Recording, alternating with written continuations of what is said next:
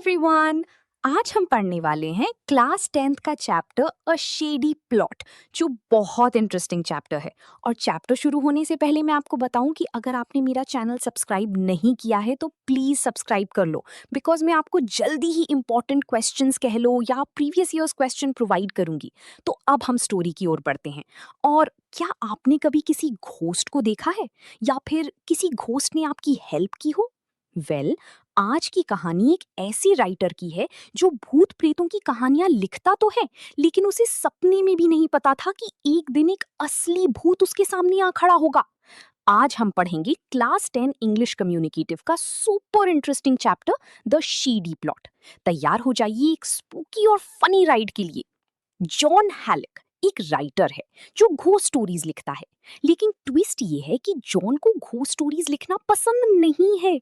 उसे भूत की स्टोरी लिखने में कोई इंटरेस्ट नहीं है, और वो ये स्टोरी सिर्फ इसलिए लिखता है क्योंकि उसके पब्लिशर जेंकिंस का मानना है कि पब्लिक को स्पूकी चीजें बहुत पसंद आती हैं।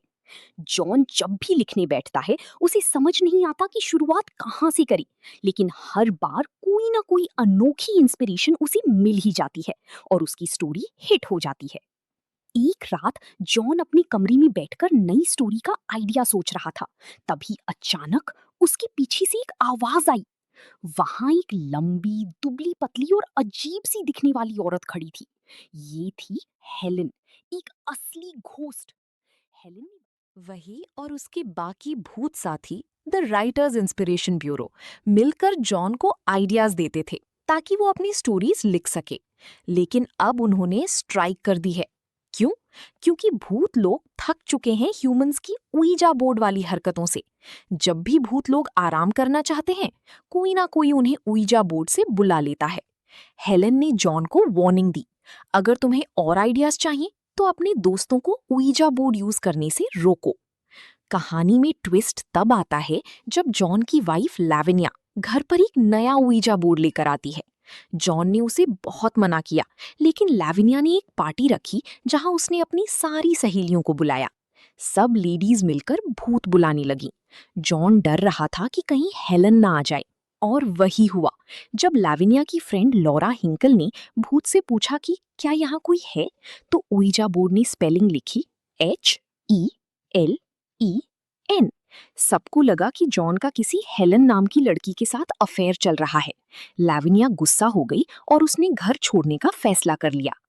अगली सुबह लैविनिया जॉन के कमरे में आती है गुड बाय कहने। तभी वहां हेलन फिर से दिखाई देती है, लेकिन इस बार लैविनिया डरती नहीं है, बल्कि भूत को देखकर हैरान रह जाती है। हेलन बताती है कि वो वही हेलन ऑफ ट्रॉय नहीं, बल्कि एक भूत है जो सिर्फ हेल्प कर रही थी। लैविनिया को समझ आ जाता है कि जॉन लॉयल है। वो दोनों रियूनाइट हो जाते हैं और हेलन हमेशा के लिए गायब हो जाती है। जॉन को अपनी अगली स्टोरी का आइडिया मिल चुका था, एक असली शेडी प्लॉट। अब देखते हैं आपने इस चैप्टर को कितनी ध्यान से सुना। नीचे दिए गए 2 क्वेश्चंस का आंसर कमेंट सेक्शन में जरूर देना। Question 1, why did Helen and the other ghosts go on strike? A, because they were tired of being called by Ouija boards all the time. B, because they wanted more money from the writers. C, because they were afraid of John Hallock. D, because they wanted to become humans again. Question 2, what was the name of John Hallock's wife who bought the Ouija board? A, Laura Hinkle. B, Helen. C, Lavinia. D, Gladolia. और इनका answer comment में जरूर दें और like और share जरूर करें।